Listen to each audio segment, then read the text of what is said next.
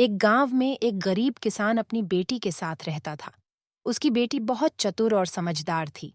एक दिन राजा ने गांव में घोषणा की कि जो भी मेरी कठिन पहेली का उत्तर देगा उसे इनाम मिलेगा। किसान की बेटी ने पिता से कहा, पिताजी, आप राजा के पास जाएं और पहेली का उत्तर दें। किसान डरते हुए बोला, बेटी, मैं तो पढ़ा लिखा नहीं हूं, कैसे जवाब दूंगा? बेटी ने मुस्कुराते हुए कहा, आप चिंता मत करें, मैं आपको बताती हूँ क्या कहना है। अगले दिन किसान राजा के दरबार में पहुंचा।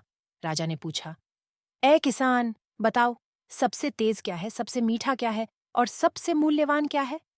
किसान ने आत्मविश्वास से उत्तर दिया, सबसे तेज सोच है, क्योंकि सोच एक पल में कहीं भी पहुंच सकती है। सबसे मीठा नींद है, क्योंकि यह गरीब और अमीर दोनों के लिए सुखदायक होती है। सबसे मूल्यवान ईमानदारी है, क्योंकि यह मनुष्य का सबसे बड़ा धन है। राजा किसान के उत्तर से प्रभावित हुआ और बोला, यह तुम्हारे शब्द नहीं लगते, सच सच बताओ किसने सिखाया? किसान ने अपनी बेटी का नाम बताया। राजा ने किसान की बेटी को दरबार में बुलाया और उसकी चतुराई की सराहना की। राजा ने उस बेटी को इनाम दिया और कहा, तुम्हारी बुद्धिमानी ने मुझे बहुत प्रभावित किया है। शिक्षा। इस कहानी से हमें सीखने को मिलता है कि ज्ञान और चतुराई किसी विशेष परिस्थिति या स्थिति की मोहताज नहीं होती। समझदारी ही असली संपत्ति है।